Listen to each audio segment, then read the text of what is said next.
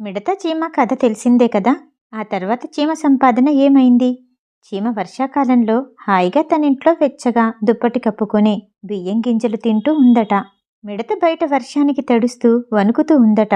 ఎక్కడ్నుంచొచ్చారో ఆ టీవీ ఏ టీవీ అనుకుంటూ వచ్చి చీమని బయటికి పిలిచారట.